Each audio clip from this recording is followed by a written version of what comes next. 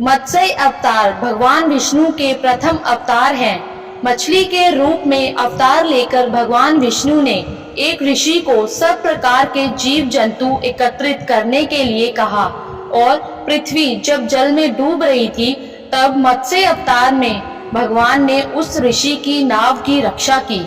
इसके पश्चात ब्रह्मा जी ने पुनः जीवन का निर्माण किया। एक दूसरी मान्यता के अनुसार एक राक्षस ने जब वेदों को चुराकर सागर की अथाह गहराई में छुपा दिया तब भगवान विष्णु ने मत्स्य रूप धारण करके वेदों को प्राप्त किया और उन्हें पुनः स्थापित किया। मत्स्य अवतार की कथा। एक बार ब्रह्मा जी की असावधानी के कारण एक बहुत बड़े दैत्य ने वेदों को चुरा लिया। उस दैत्य का नाम हयग्रीव था। वेदों को चुरा लिए जाने के कारण ज्ञान लुप्त हो गया, चारों ओर अज्ञानता का अंधकार फैल गया और पाप तथा अधर्म का बोलबाला हो गया। तब भगवान विष्णु ने धर्म की रक्षा के लिए मत्स्य रूप धारण करके हयग्रीव का वध किया और वेदों की रक्षा की। भगवान ने मत्स्य का रूप किस प्रकार धारण किया, इसकी विस्मयकारिणी कथा इस प्रकार है। कल्पांत के पूर्व एक पुण्य आत्मा राजा तप कर रहा था। राजा का नाम सत्यव्रत था। सत्यव्रत पुण्य आत्मा तो था ही, बड़े उदार हृदय का भी था। प्रभात का समय था, सूर्य उदय हो चुका था।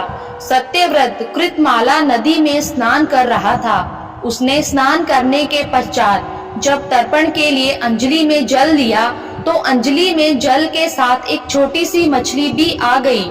सत्यव्रत ने मछली को नदी के जल में छोड़ दिया।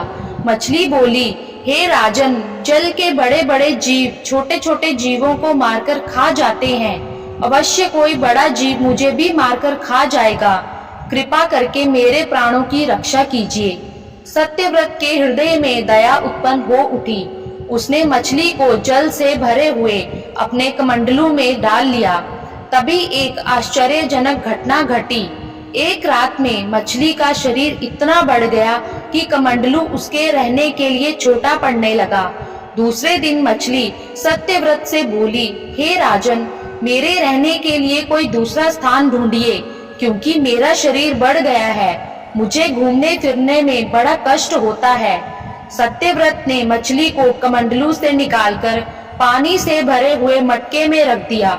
यहाँ भी मछली का शरीर रात भर में ही मटके में इतना बढ़ गया कि मटका भी उसके रहने के लिए छोटा पड़ गया। दूसरे दिन मछली पुनः सत्यव्रत से बोली, हे राजन, मेरे रहने के लिए कहीं और प्रबंध कीजिए, क्योंकि मटका भी मेरे रहने के लिए छोटा पड़ रहा है। तब सत्यव्रत ने मछली को निकालकर एक सरोवर में डाल दिया, किंतु सरोवर भी मछली के लिए छोटा पड़ गया। इसके बाद सत्यव्रत ने मछली को नदी में और फिर उसके बाद समुद्र में डाल दिया। आश्चर्य, समुद्र में भी मछली का शरीर इतना बढ़ गया कि मछली के रहने के लिए वे छोटा पड़ गया। अतः मछली पुनः सत्यव्रत से बोली, हे राजन, यह समुद्र भी मेरे रहने के लिए उपयुक्त नहीं है। मेरे रहने की व्यवस्था कहीं और कीजिए। अब सत्यव्रत विस्मित हो उठा। उसने आज तक ऐसी मछली कभी नहीं देखी थी। वह विस्मय भरे स्वर में बोला, मेरी बुद्धि को विस्मय के सागर में डुबो देने वाले आप कौन हैं? मत्स्य रूपधारी श्री हरि ने उत्तर दिया, हे राजन, हयग्रीव नामक दैत्य ने वेदों को चुरा लिया है। जगत में चारों ओर अज्ञान और अधर्म का अंधकार फैला हुआ है।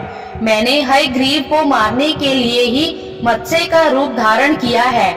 आज से 7वें दिन पृथ्वी प्रलय के चक्र में फिर जाएगी। समुद्र उमड़ उठेगा, भयानक दृष्टि होगी।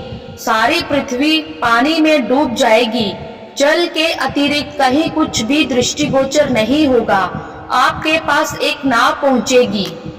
आप सभी अनाजों और औषधियों के बीजों को लेकर सप्त ऋषियों के पास नाव पर बैठ जाइएगा।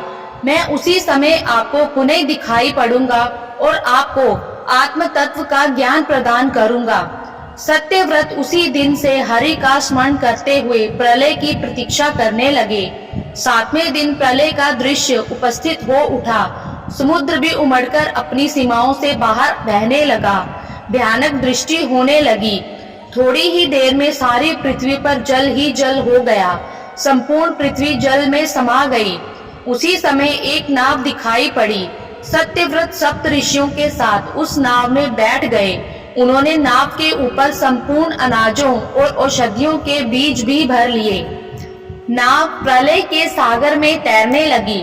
प्रलय के उस सागर में उस नाव के अतिरिक्त कहीं भी कुछ भी नहीं दिखाई दे रहा था। सहसा मत्स्य रूपी भगवान प्रलय के सागर में दिखाई पड़े। सत्यव्रत और सप्त ऋषिगण मत्स्य रूपी भगवान की प्रार्थना करने लगे। भगवान से आत्मज्ञान पाकर सत्यव्रत का जीवन धन्य हो उठा। वे जीते जी ही जीवन मुक्त हो गए।